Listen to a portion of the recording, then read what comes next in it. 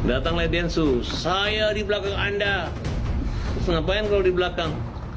Emang kamu siapa, Densu? Kamu siapa? Di belakangmu siapa orang besar? Pertemuan yang luar biasa berkat waktu yang diberikan oleh Kemensos, dan sungguh luar biasa hari ini Pak Gus Menteri berkenan untuk hadir untuk membantu mencarikan jalan keluar untuk permasalahan yang sebenarnya sepele. Cuman akhirnya berkembang kemana-mana, karena visi misi kita adalah bagaimana jangan sampai para donatur atau orang-orang yang ingin menyumbang kehilangan rasa percayanya lagi. Karena itu berkenaan dengan visi misi daripada Kemensos juga.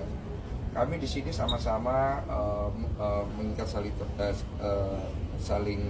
ingin saling mengisi supaya kedepannya jangan kasus ini menjadi satu contoh yang buruk di masyarakat, bahwa saya nggak mau bantu orang deh, nanti takutnya jadi kayak begini, kayak gitu.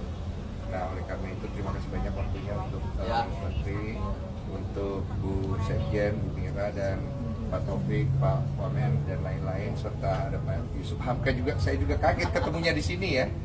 Saya dengan Pak Yusuf Hamka udah kayak abang adik, ya. Jadi kami nggak bisa dipisahkan, nggak bisa diadu domba. Hanya memang istrinya Densu itu adalah bersahabat dengan anaknya Pak Yusuf Hamka, bersahabat aja.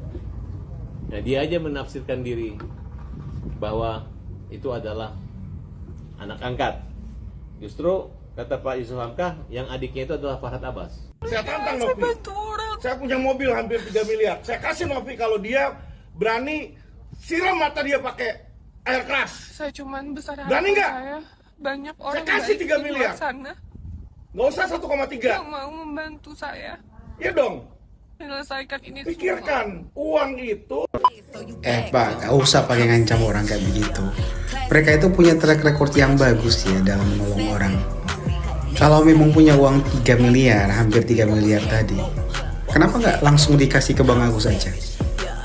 Ada pertanyaan mungkin dari para wartawan? Selain akan membela kasus hukumnya Agus sendiri, akankah Abang ingin memberikan bantuan atau donasi juga buat Agus? Kalau memang dibutuhkan, saya nggak masalah kok di situ. Ya, saya juga udah bicara sama Bang Farhad, nanti kira-kira apa yang dibutuhkan diinfokan aja gitu. Karena saya juga punya teman, punya rumah sakit, dan saya juga kan salah satu anak 9 naga. Saya punya akses ke hospital juga kalau memang dibutuhkan. Kalau di luar negeri kita ada di Guangzhou, di situ. Kalau di dalam negeri ya kita ada beberapa rumah sakit yang bisa mengakomodir lah, intinya tanpa biaya gitu. Cuma kan bukan di situ masalahnya, ini kan kita harus membereskan yang namanya uang donasi itu kan bukan hanya untuk pengobatan. Namanya orang memberi itu buat apa aja sebenarnya sudah harus diikhlaskan situ, Bang. Ya, alhamdulillah akhirnya berobat gitu ya. Memang lah harus ada second opinion di melalui rumah sakit lain, dokter lain. Jadi kita nggak tahu juga kan bagaimana mekanismenya. Yang pasti hal itu juga tentunya untuk kebaikan Agus ya. Selama ini kan juga memang kita mengharapkan supaya Agus itu bisa segera fisiknya kembali kuat, sehat seperti yang lalu lah. Meskipun ada isu yang katanya bahwa matanya itu sudah sulit untuk sembuh karena jaringannya sudah rusak, tapi ya kita berharap mujizat itu ada. Mungkin dari Bang Faris seperti apa mungkin tanggapan? Iya. 9 naga ini disebut sebagai 9 orang terkaya di Indonesia yang mengontrol perekonomian dan pemerintah. Jadi dibilang ada sebuah konspirasi lah bahwa presiden itu di belakangnya itu yang kontrol sebenarnya 9 naga. Gitu. Jadi kemana uang 9 naga pergi, 01, 02, 03, itulah yang menurutnya bakal menang. Nah, saya kemarin 2 minggu terakhir ketemu sama mereka gitu kan, kita ngobrol-ngobrol tentang Pilpres toh. Jadi kita sudah tahu sih sebenarnya siapa kira-kira yang akan terpilih gitu. Waduh, maksudnya gimana nih? Udah bisa tahu nih? Ya itu seperti jargon yang... itu. Jadi sebelum pemilihan kita sudah tahu mana yang menang gitu. Tapi kalau kita bicara pasti nanti jadi ribut, nanti jadi hoak, nanti jadi macam-macam lah di situ ya kan. Dari kepala kalian dia. Pertanyaan saya itu simpel-simpel aja Pak. Ini kan Bapak pengusaha ya. Saya mau tanya Pak, itu 9 naga itu kan mitosnya dari dulu ya, mitos ya. Itu beneran ada nggak sih Pak? Sebenarnya yang dikonotasikan 9 naga itu negatif. Menurut saya 9 naga yang saya dengar nama-namanya itu orang-orangnya baik semua. Dalam arti kata ginilah, mereka bekerja, mereka merekrut, memberikan lapangan pekerjaan juga. Jadi kalau dikonotasikan negatif tentunya salah persepsi. Iya. Kita jangan melihat karena sentimen kebencian, karena iri, ini juga nggak baik. Banyak orang-orang yang dibilang 9 naga itu karyawannya ratusan ribu, bahkan ada jutaan. Ya kan? Terus nasionalismenya juga luar biasa. Saya ada kenal beberapa ya. Menurut saya mereka oke. Cuman ya itu kadangkala beda mereka sama saya. Kalau mereka memberi bantuan melalui penguasa, kalau saya langsung ke rakyat. Jadi rakyat mengenal saya sebagai pekerja sosial. Padahal mereka mungkin bantuannya lebih banyak daripada saya. Tapi mereka pakai jalur penguasa. Iya. Kan? Mereka mungkin untuk beradaptasi sama rakyat, mereka satu mungkin nggak ada waktu, kedua juga mungkin mendingan melalui penguasa aja gitu. Tapi benar Pak, Chinese semua Pak. Iya. Kebenaran aja. Iya, Chinese, kata ada Chinese mualaf. Ada juga ini, Nagasari. Polisi aja Pak, manggil 9 naga, nggak berani Pak. Nggak berani, panggil doang. Kenapa nggak berani? Sampai teriak-teriak sih, sampai kesel banget saya. Saya bener-bener aja Pak. Kenapa nggak berani? Sampaikan apa? Supaya masyarakat tahu. Mereka punya negara Pak. Kalau saya data-datanya saya bongkar ini Pak, ya kan? Ya yang punya Sinarmas, anaknya sama anaknya petinggi-petinggi itu Pak, bikin PT Pak. Jadi di luar hukum ini ada bisnis Pak. Jadi dan itu sah kan? Kita ada negara Pak. Ada negaranya. Ada negara lagi. Kehidupan yang terpisah Pak. Ini yang harus orang-orang pada kagak tahu. Saya beritahu ya Alvin Lim ini, dia ini seorang yang karena satu tindak pidana dijatuhi hukuman.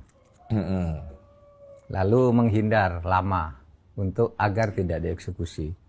Nah ketika pulang ke Indonesia akan dieksekusi. Karena putusannya sudah inkrah. Terlepas dia katakan saya tidak salah apa, tapi pengadilan katakan dia dihukumlah sekian tahun. Kan gitu kan.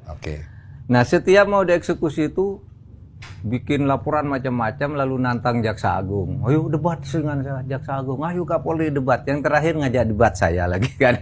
Ya baru keluar ini. Nah Saya dan LQ Indonesia Law Firm ya, kita ada kurang lebih hampir 100 lawyer. Saya akan hajar habis Novi di sini. Dan saya kasih tantangan kepada Novi ya. Kalau Novi bilang itu uang lebih penting daripada pengobatan, saya tantang Novi. Saya punya mobil hampir 3 miliar. Saya kasih Novi kalau dia berani siram mata dia pakai air keras. Berani nggak? Saya kasih 3 miliar. Nggak usah 1,3. Nih dramanya si Agus nih ya, hari-hari ada aja gebrakannya. Hari-hari ada aja aktor baru yang masuk ke geng dia. Nih sekarang nih tiba-tiba Alvin Lim belain dia. Bahkan Alvin Lim nantang Tenovi ya bakal ngasih 3 miliar ke Tenovi asal Tenovi mau disiram pakai air keras. Ini mohon maaf banget nih, Tenovi sibuk lagi nyiram tanaman hidroponik, jadi nggak sempet nyiram-nyiraman air keras begitu. Dan gue denger-denger kan katanya si Alvin Lim ini anaknya 9 naga, dia sendiri yang bilang ya kan. Nah gue cari tahu tuh di Google muka-muka 9 naga itu kayak mana, muncullah foto-foto ini. Ini bapaknya Alvin Lim yang mana nih, yang ngefotoin atau yang mana? Sampai gue minta bantuan sama Son Goku loh di Dragon Ball itu ya, karena dia punya naga juga. Masalahnya yang gue reaction ini anaknya 9 naga, kan gue takut kenapa-kenapa ya. Ya udah, gue di backingin aja sama Son Goku Dragon Ball. Terus kata si Alvin Lim, kasus yang menimpa si Agus ini melanggar hak asasi manusia. Masalahnya si Alvin ini udah memastikan apa belum nih si Agus ini manusia apa bukan, takutnya lah bubu. Terus Alvin juga bilang, masalah ini harus diselesaikan segera ya. Kalau nggak bisa diselesaikan dengan cara mediasi, lebih baik diselesaikan dengan cara hukum. Kalau kata gue, kalau nggak bisa diselesaikan dengan cara mediasi, mending diselesaikan dengan cara imunisasi.